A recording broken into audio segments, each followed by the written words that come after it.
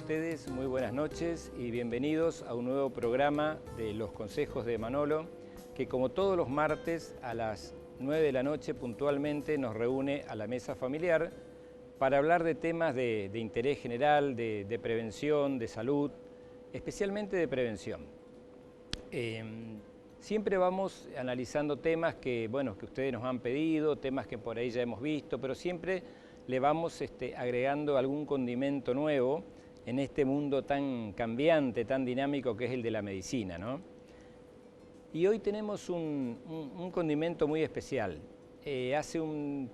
No recuerdo bien si fue hace 1 o 2 años, después me va a corregir, hicimos un programa con el doctor Marcelo Stras, alergista de nuestra ciudad, y hablamos de un tema que prácticamente era casi desconocido. Me animo a decir hasta para nosotros los médicos, ¿no? Lo conocíamos muy poco. En ese momento hablamos de alergia en general y uno de los tópicos fue el angioedema.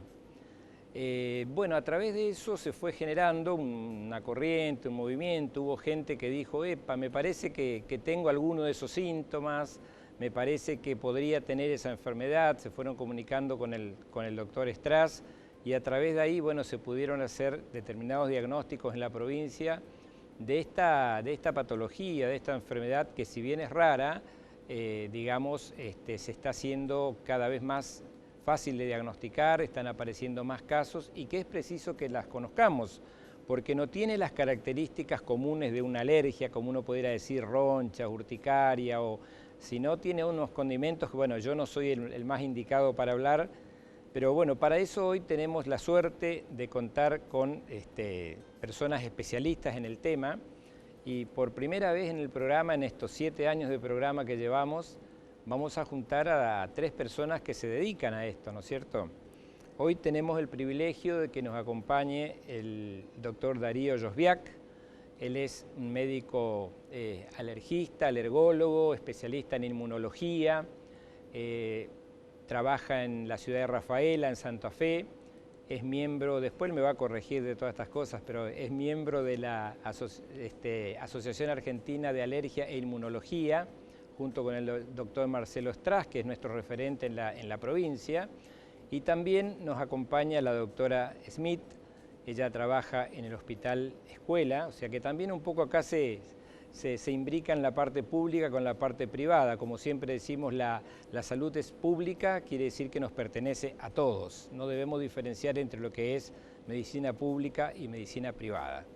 Así que la idea es que primero conozcamos a nuestros invitados, hablemos de lo que es el angioedema y también tenemos la suerte de que hoy nos puedan acompañar un par de personas que lamentablemente padecen esta enfermedad, pero que la conocieron a través del programa, que nos van a contar sus vivencias y que seguramente van a hacer que muchas otras personas que podrían sentirse identificadas con este tema se puedan también acercar y colaborar. Como saben, estamos expuestos como siempre ya a recibir todos los mensajes que ustedes consideren, los vamos a contestar luego al finalizar el programa. Y vamos a tratar de aprovechar al máximo a nuestros invitados, así que bienvenido, doctor Josviak. Es un placer tenerlo acá en nuestra provincia y espero que se sienta cómodo, que esté bien. Esta es su casa, vamos a hablar en un lenguaje muy coloquial, como para que la gente nos entienda, ¿no es cierto? Y hoy esto fue un poco... Le robamos un ratito de su tiempo porque sabemos que hoy tuvieron una conferencia en el Hospital Escuela, que mañana van a tener otra similar en el Hospital de Pediatría, doctor Fernando Barreiro. Y yo con el doctor Estrada dijimos, es el momento para raptarlo esta noche y colaborar, porque esto es en vivo, lo ve mucha gente, lo ve prácticamente gente de toda la provincia, lo ve gente del norte de Corrientes, del Paraguay, Santo Tomé, hay un montón de lugares una zona de influencia importante, así que vamos a tratar de aprovechar su presencia. Bienvenido y muchas gracias por estar aquí. Bueno, ante todo muchas gracias a ustedes, buenas noches y buenas noches a toda la audiencia. Y sí, el gusto es mío porque realmente esto que se está haciendo acá, como bien usted dijo, que de acá surge que hay pacientes que se enteran que tienen esta enfermedad a través de un programa de interés general como es este, es muy importante y ojalá se replique en otros lugares del país. porque eso es lo que tratamos a través del grupo del Comité Científico de Angioedema Hereditario, que es un grupo de estudio o de interés, si se quiere, de un grupo de médicos alergistas o alergólogos de la Asociación Argentina, que estamos distribuidos por todo el país y que tenemos todos un interés común, que es justamente difundir esta enfermedad que, como usted bien lo dijo, es bastante rara, ¿no? Sí, sí, Tiene sí. una incidencia de 1 en cada 50.000 habitantes aproximadamente en todo el mundo, que eso la convierte en una enfermedad un poco diferente porque los síntomas, como vamos a ver luego, son muy sugestivos o muy parecidos a una enfermedad alérgica. Por eso es que terminan los médicos derivándonos a los alergólogos o bien los pacientes autoconsultándonos a nosotros, y nos hemos tenido que a la fuerza ser expertos en expertos entre comillas, porque somos los que estamos diagnosticando esta enfermedad rara, y que realmente es importante porque el tratamiento es totalmente diferente al de una alergia. Entonces, los síntomas, bueno, la enfermedad se debe a que el paciente tiene un déficit sanguíneo de una proteína que es como un freno para que un sistema una parte del sistema inmunológico no se active y no produzca el final, que es digamos, grandes cantidades de una molécula que produce que el paciente se hinche, se edematice. Bien. Edema significa hinchazón. Sí. Entonces el paciente, al no tener ese freno, se producen grandes cantidades se llama bradiquinina, que es la que produce finalmente los edemas. Y esa es una producción en forma local, por eso el paciente no se hincha todo como un globo, se hincha o una mano, o la otra mano, o la cara. Ahí, por ejemplo, estamos viendo en la placa que el 16 de mayo se conmemora en todo el mundo el Día Mundial del Angioedema Hereditario, y para tomar justamente conciencia sobre esta enfermedad, y la placa de al lado que dice que 8 años es mucho tiempo, porque entre 8 y 10 años es en promedio lo que se retarda el diagnóstico de esta enfermedad, justamente por el desconocimiento de muchos médicos de que esta enfermedad existe. ¿Se nace con la enfermedad, doctor? Sí, es una enfermedad genética, autosómica dominante, quiere decir que la hereda el 50% de la descendencia. Por ejemplo, si uno de los dos papás tiene la enfermedad, tienen posibilidad de que la mitad de los hijos lo hereden. Esa mitad pueden ser todos o ninguno, pero la chance, digamos, es de un 50%. Sin embargo, hay mutaciones de novo, o sea, la mayoría de los pacientes lo heredan, pero hay alguno que tiene la mutación en el gen y es el primero de la familia, que después lo sigue heredando a su descendencia, ¿no? ¿Estas imágenes corresponden a Sí, estas imágenes son pacientes de mi provincia, y otras son pacientes de archivo, ¿no? Que fíjense el gran edema, la gran hinchazón de los labios, en este caso de distintas zonas de la cara, sobre todo afecta labios, afecta ojos o mitad de cara. No es siempre simétrico, a veces es asimétrico en su conformación, digamos, el edema, y lo grave no es esto aparte de darle un disconfort al paciente, pero el tema es que cuando se le edematiza la glotis o la laringe, esta zona, es un tubito muy pequeño que tenemos aquí por donde pasa el aire. Si se produce ese edema de glotis,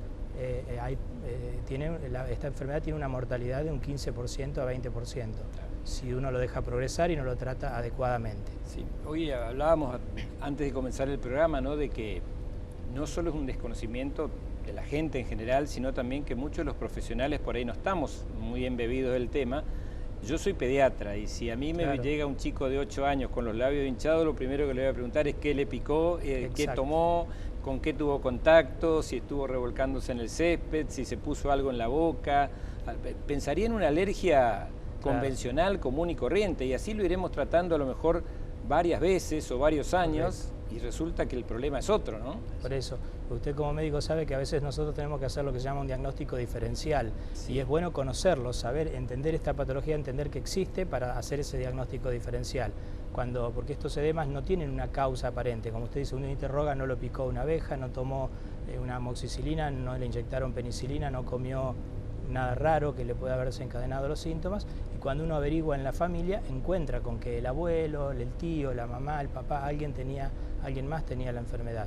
Y si bien comienza en la infancia, se diagnostica por ese retraso en el diagnóstico, se diagnostica más tarde, salvo que sepamos que la mamá tiene la patología. Bueno, entonces su hijo se hincha y ya sabemos que tiene. Aparte hay unos análisis específicos que se hacen. Porque nosotros como médicos podemos tener la mejor de las sospechas clínicas, pero el diagnóstico de certeza lo da el laboratorio. Uno dosa esa proteína en sangre y eso nos confirma si el paciente tiene o no la enfermedad. Pues, aquí vemos manos, por ejemplo, sí, así es como sí, se sí, hinchan sí. las manos. Ve que la placa de arriba de la izquierda es unas manos de una señora, que esos nodulitos no es angioedema, son artritis reumatoidea. Ajá, pero las sí, manos sí. que están al lado son las mismas manos de la misma señora, en una crisis de angioedema. O sea que ella, aparte de tener una artritis, tiene también la una mala angioedema. suerte, claro, de tener el angioedema. Las manos de abajo son de la hija de esa señora, fíjese que tiene una mano hinchada y la otra no.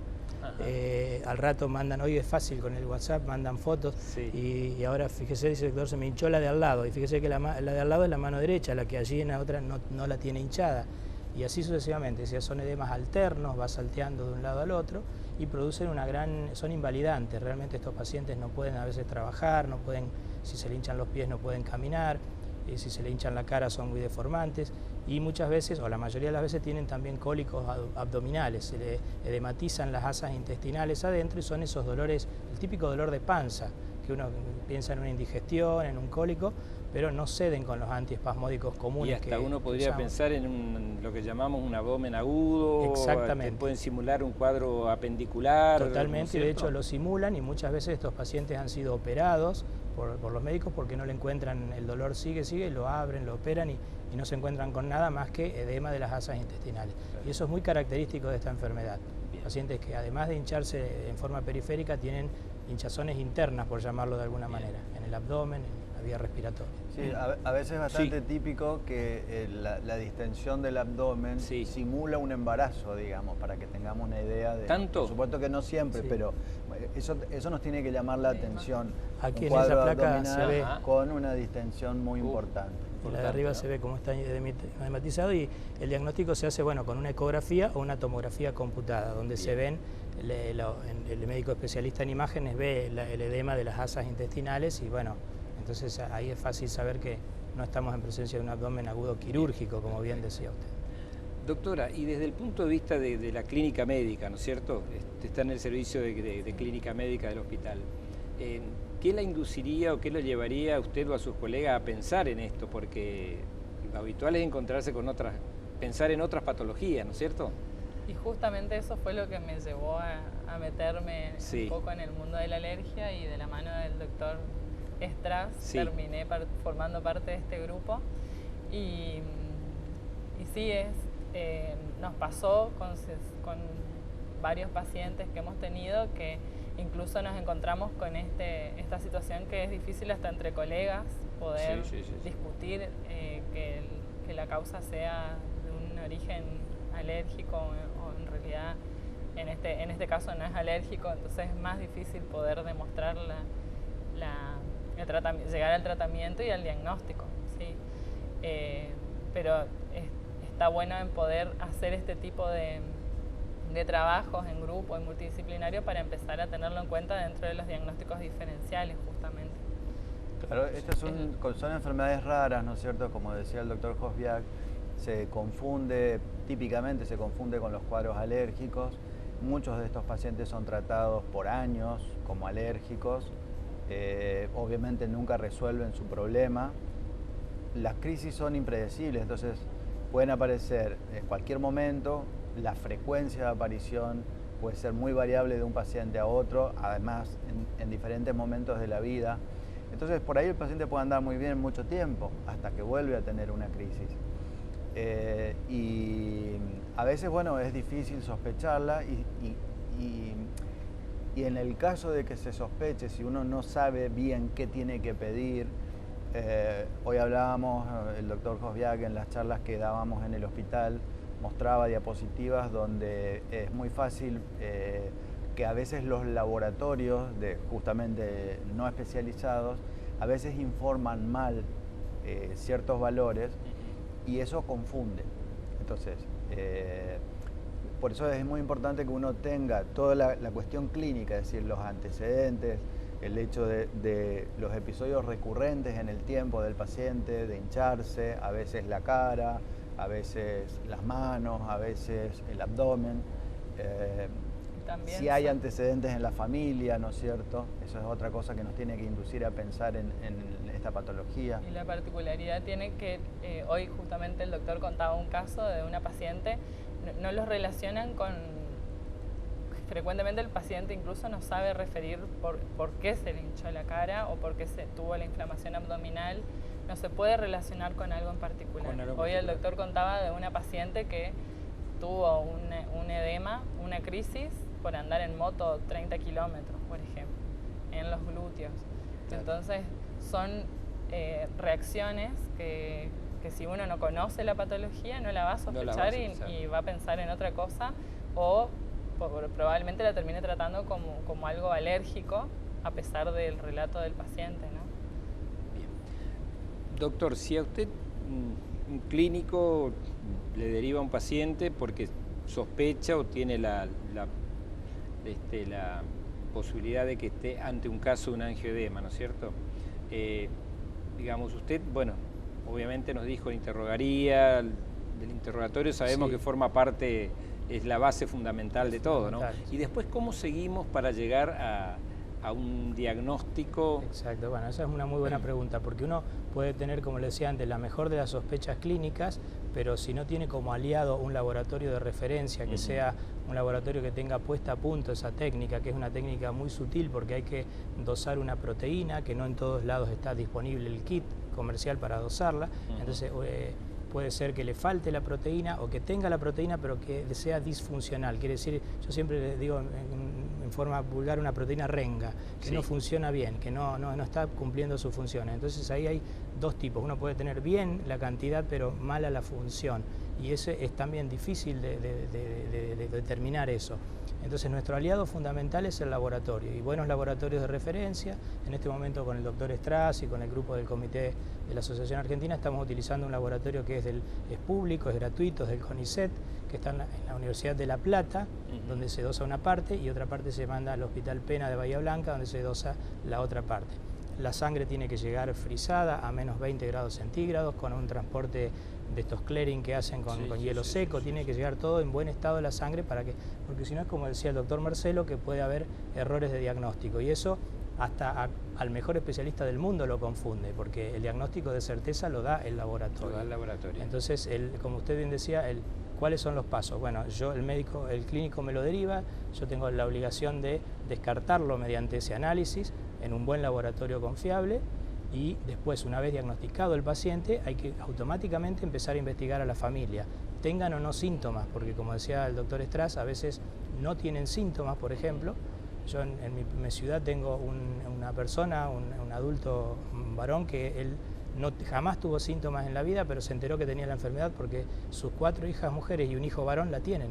Y él nunca tuvo síntomas. Él jamás tuvo síntomas y hasta el día de hoy tiene 60 y algún año. ¿Pero la tiene la enfermedad? Sí, claro, él tuvo la mutación genética o alguien más. Es muy difícil a una persona de 60 años preguntarle de los padres. Claro. En algunos casos sabemos, sí, el abuelo falleció se le cerró la vía aérea, un edema de glota, y falleció una muerte súbita, inesperada, y nunca supimos de qué.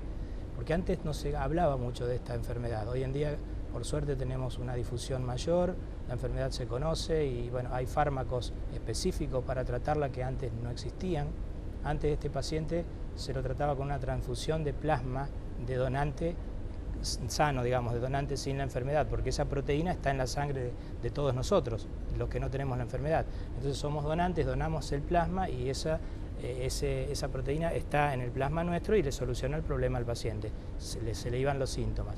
Eso es un tratamiento que ya quedó en la prehistoria, porque ahora hay esa misma proteína que falta, se reemplaza, viene un kit que el doctor hoy lo mostró en el hospital a todos los médicos, un kit donde se disuelve un líquido con un polvo liofilizado, se aplica por vía endovenosa, y eso le estamos aportando al paciente esa proteína que le falta, y en cuestión de un par de horas se le va, o menos, quizás se le van los síntomas. Y existe otro medicamento que es por vía subcutánea, se aplica aquí en la panza, se la autoaplica el paciente, viene en una jeringa ya prellenada, y eso le soluciona los síntomas. Es como decir la adrenalina o el famoso corticoide a aquel que es alérgico. Ese es el tratamiento clásico de la alergia. Esto es lo mismo, pero específico para tratar esta enfermedad. Sí, realmente creo que se ha avanzado mucho, ¿no? Porque hace un par de años, al menos acá nosotros lo empezamos a hablar con el doctor así, como estamos charlando hoy, en un tema que surgió, dijo, bueno, vamos a hablar de angioedema, bueno, perfecto, Y fueron apareciendo las personas que podían tener, algunas la tienen, otras se habrán descartado, pero bueno, ya tienen acceso al diagnóstico, al tratamiento, a un grupo de trabajo que seguramente se está formando y que trabajará en red, ¿no es cierto? Exacto. Así que me parece que nosotros, digamos, estamos, digamos, como alergólogos, formamos parte de la Asociación Argentina de Alergias desde toda la vida, podríamos decir. Y es relativamente reciente, que tendrá 3 años, 2 años, se creó el comité de angioedema hereditario, que todos los médicos, digamos, que ya teníamos alguna vocación al respecto y que ya teníamos pacientes, en mi caso yo tengo relativamente pocos pacientes, pero el doctor Josviak tiene muchísimos. Hay otros médicos en el interior del país que también tienen muchos pacientes, muchas familias. Entonces es como que naturalmente nos fuimos reuniendo y actualmente en el comité somos alrededor de 25 médicos más o menos de todo el país. Hicimos un trabajo que se presentó el año pasado en el Congreso de la Asociación en 2017 y ese trabajo se presentó este año también en el Congreso Europeo, lo presentó el doctor Josviak. Y juntamos en esa casuística, digamos, que no son todos, pero juntamos prácticamente 170 pacientes, siendo esta una enfermedad rara, ¿no es cierto? O sea, más o menos se supone que es una prevalencia de 1 en 50.000, con lo cual juntar 170 pacientes es mucho. Así que se hizo un trabajo muy interesante y ese trabajo a su vez dio lugar a otros trabajos en los cuales estamos actualmente ocupados, realizando, que bueno, la verdad, o sea, cada médico si quiere hacer algo solo, tiene relativamente pocos pacientes, ¿no es cierto? No puede hacer demasiado, pero al juntarnos realmente salió un trabajo muy cooperativo, el grupo es muy activo en los congresos, tenemos grupos de WhatsApp, así que permanentemente nos estamos consultando, comunicando, cada uno cuenta, qué sé yo, alguna rareza nueva que encuentra en su paciente, así que es muy rico, muy fructífero. Sí. Doctor, si yo fuera una persona que, digamos, puedo presentar o no alguno de estos síntomas y digamos, quiero saber si realmente tengo o no tengo un angioedema hereditario. No tengo a mis padres, pues ya fallecieron, mis hijos son sanos. ¿A qué síntomas yo tendría signos o síntomas tendría que estar atento, así como para darnos unos tips y decir, bueno, yo puedo llegar a tener un angioedema hereditario, ¿no? Bien, básicamente son hinchazones, como vimos en las placas antes, de cara, de manos, dolores abdominales, hinchazones de pies, de distintos lugares, generalmente alternos. No se me hinchan las dos manos, se me hincha una sola, pero se me deforma la mano, hasta parecen empanadas, duele, doloroso, y es sin ronchas. Las famosas ronchas de cuando uno come un chocolate, un maní alérgico, ¿no? O le inyectan un medicamento y se llena de ronchas y le pica, esto en estos pacientes no sucede. Ese es el diagnóstico diferencial de este tipo de eczemas, se llaman sin pápulas o sin ronchas. Las ronchas son esas placas coloradas que pican y el paciente se pone todo rojo. Esto aquí no sucede. Dolor, como decía el doctor, o parestesia, que se llama que el paciente como que lo tiene anestesiada la mano, o se le empieza a anestesiar los labios y de pronto se hincha. Son en horas, no progresa en minutos como el que te pica la abeja y hace un shock anafiláctico, un shock alérgico. Esto no progresa en cuestión de 5 minutos, progresa en cuestión de 2 o 3 horas. Y son, como decía bien Marcelo, recurrentes. Recurrentes quiere decir que aparecen a veces sí, a veces no tienen una causa determinada. Sí conocemos algunas causas, conocemos por ejemplo que lo que explicaba la doctora de esta paciente que yo les mencionaba, que hace un trayecto de 30 kilómetros en moto y cuando llega se sentía toda la parte abdominal, genital, los glúteos inflamados. Eso es por el mecanismo por el trauma, por el golpe de la moto, el traumatismo, la vibración. También pacientes, hay que tener mucho cuidado en estos pacientes ya diagnosticados cuando van a cirugías, odontólogos, van a hacerse extracciones dentarias, tratamientos de conducto, porque casi seguro van a desarrollar una crisis. Y para eso hay un tratamiento que nosotros llamamos profilaxis a corto plazo. Quiere decir que usted ya sabe que va a hacerse el procedimiento, o lo van a intubar, o le van a hacer una endoscopía, algo que pase cerca de la glotis, automáticamente mujeres en el parto o en la cesárea, todo tipo de cirugía, nos vienen a consultar y nosotros le indicamos ese tratamiento con el concentrado del C1 inhibidor de la proteína esta un par de horas antes y el paciente tiene una cirugía o procedimiento o un parto totalmente normal, ¿no? Pero esos son los signos de alarma, son eso, de hincharse, aunque no haya antecedentes hereditarios, ¿no? Porque estamos viendo muchas mutaciones de novo. Y está muy bueno esto de difundirlo en lugares, en diarios, televisión, lugares masivos, porque antes no se hacía y los resultados eran esos, que el paciente tardaba 8 o 10 años en tener su diagnóstico. Y hoy, gracias a la inmediatez de la televisión, de las redes sociales, etcétera, se puede lograr que los pacientes consulten más precozmente y de hecho se ha disminuido bastante la mortalidad, ¿no? Porque cada paciente, como la enfermedad es de por vida, lamentablemente hoy por hoy no es curable, porque es genética y es hereditaria, entonces, pero cada paciente diagnosticado debe tener en su domicilio la medicación indicada para tratarla, debe tener 3 dosis de la medicación, porque a veces con una falla hay que aplicar otra y hasta una tercera, y eso se tienen que encargar los gobiernos, las obras sociales, de proveerla. Porque esta es una enfermedad rara, hay una ley nacional de enfermedades raras aprobada por el Congreso, donde dice que estos pacientes deben tener en su casa la medicación para tratar al menos 3 crisis. Y eso es por ley, o sea que no podemos negarlo, las obras sociales no le pueden negar al paciente la cobertura, porque si bien se llaman enfermedades de alto costo, de baja prevalencia, pero alto costo o alto impacto, porque los medicamentos tienen su costo, más que un antibiótico común que usamos para una angina, son muchos más costosos, pero hay mucha menos gente lo que lo tiene, uno cada 50.000 habitantes. Entonces, a ese paciente que le tocó la mala suerte de tener esta enfermedad, hay que cubrirlo desde todo punto de vista. Si uno dice uno en 50.000, no, nada, pero bueno, pero para ese que le tocó es el 100%. Es el 100%. O sea que no hay muchas. En mi zona yo tengo diagnosticadas 3 familias más una mutación de novo y en total son 22 pacientes. Y en una enfermedad rara, pero ¿qué pasa? No todos tienen la misma cantidad de síntomas ni consumen y son tan graves. Correcto. Sí, otra característica, perdón, ¿no? Sí. Que es importante tener en cuenta es la duración. A veces, o sea, si bien la duración es variable, son pacientes que a lo mejor están hinchados 3, 4, 5, 6 días. ¿Tá? No es, o sea, en los cuadros alérgicos por ahí es rápida la digamos, instauración del cuadro. Y es rápida la mejoría también. Claro. Se le hace un corticoide y enseguida mejora. Acá los corticoides no tienen nada que ver, la adrenalina, o sea, y muchas, y doctor, esto ya es algo que le pregunto en forma personal. Personas que han sido tratadas recurrentemente como alergias o personas alérgicas con estos síntomas, digamos, en realidad pudieron haber tenido un edema, un angioedema hereditario. Sí, claro. Lo que pasa es que usted como médico debería darse cuenta y sospecharlo cuando usted le hace el tratamiento correcto para una crisis alérgica, que es el angioedema. El mismo edema es prácticamente el mismo, se hincha los labios, pero se llena de ronchas.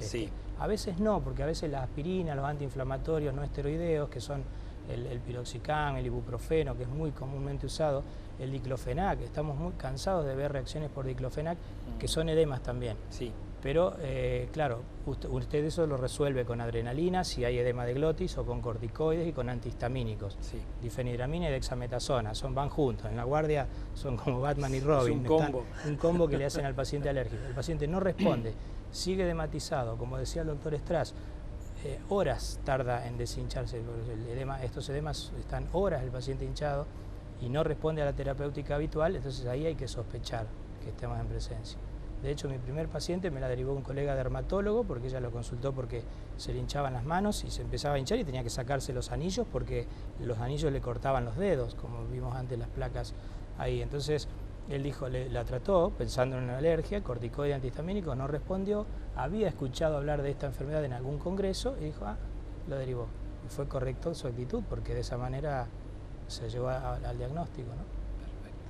Bueno, estamos con 3 especialistas en el tema, podemos decir, y que están armando un equipo, un grupo de trabajo, y que aparte estará en red con médicos y equipos de toda la República, ¿no es cierto? El tema de hoy es angioedema hereditario, lo vamos conociendo cada vez más. Hace 2 años no sabíamos nada, hoy sabemos un poquito más, gracias al doctor Strass y a los colegas que nos visitan.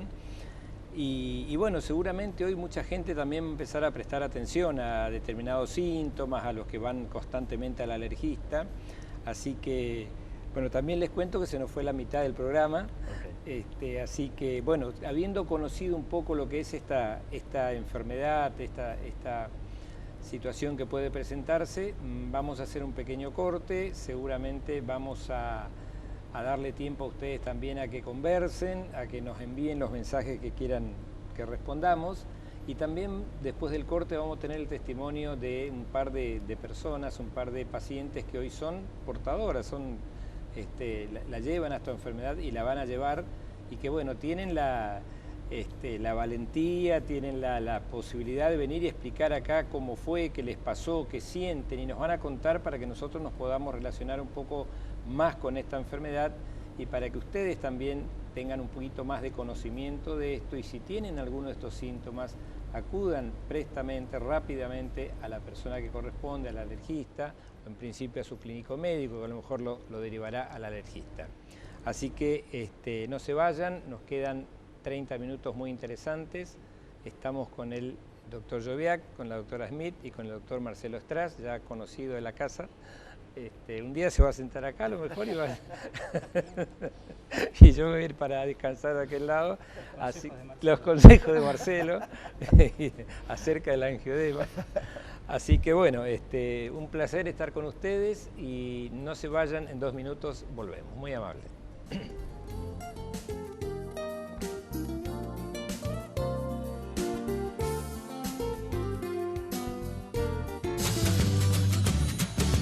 Una alimentación con el pecho materno durante el primer año de vida es fundamental para el buen desarrollo corporal y neurológico del bebé.